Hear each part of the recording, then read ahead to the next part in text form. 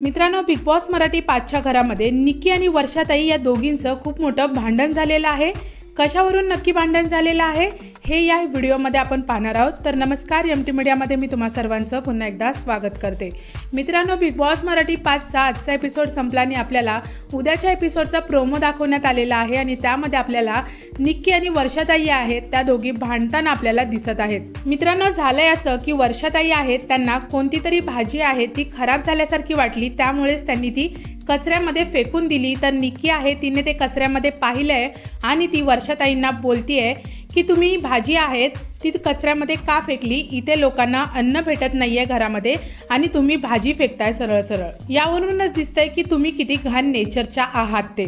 तर मित्रांनो, प्रोमोमध्ये आपल्याला पाहायला मिळतंय की निक्की बोलते इथे लोकांना अन्न भेटत नाहीये घरात आणि हे भाज्या फेकतात सरळ। वर्षाताई बोलतात कारण मला ती खराब वाटली। तर निक्की बोलते की तुम्ही किती घाण नेचरच्या आहात ते दिसलंय आता। तर वर्षाताई बोलतात उगाच आरडाओरडा करून काहीही सिद्ध होणार नाही।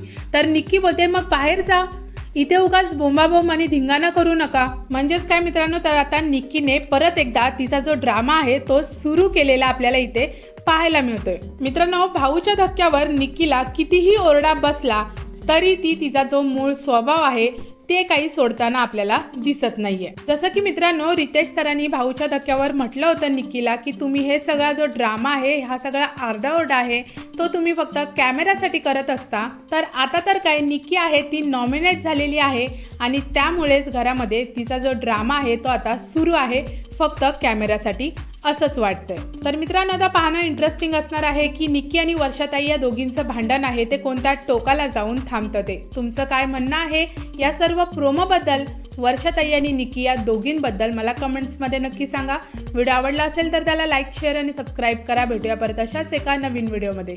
जय हिंद, जय महाराष्ट्र।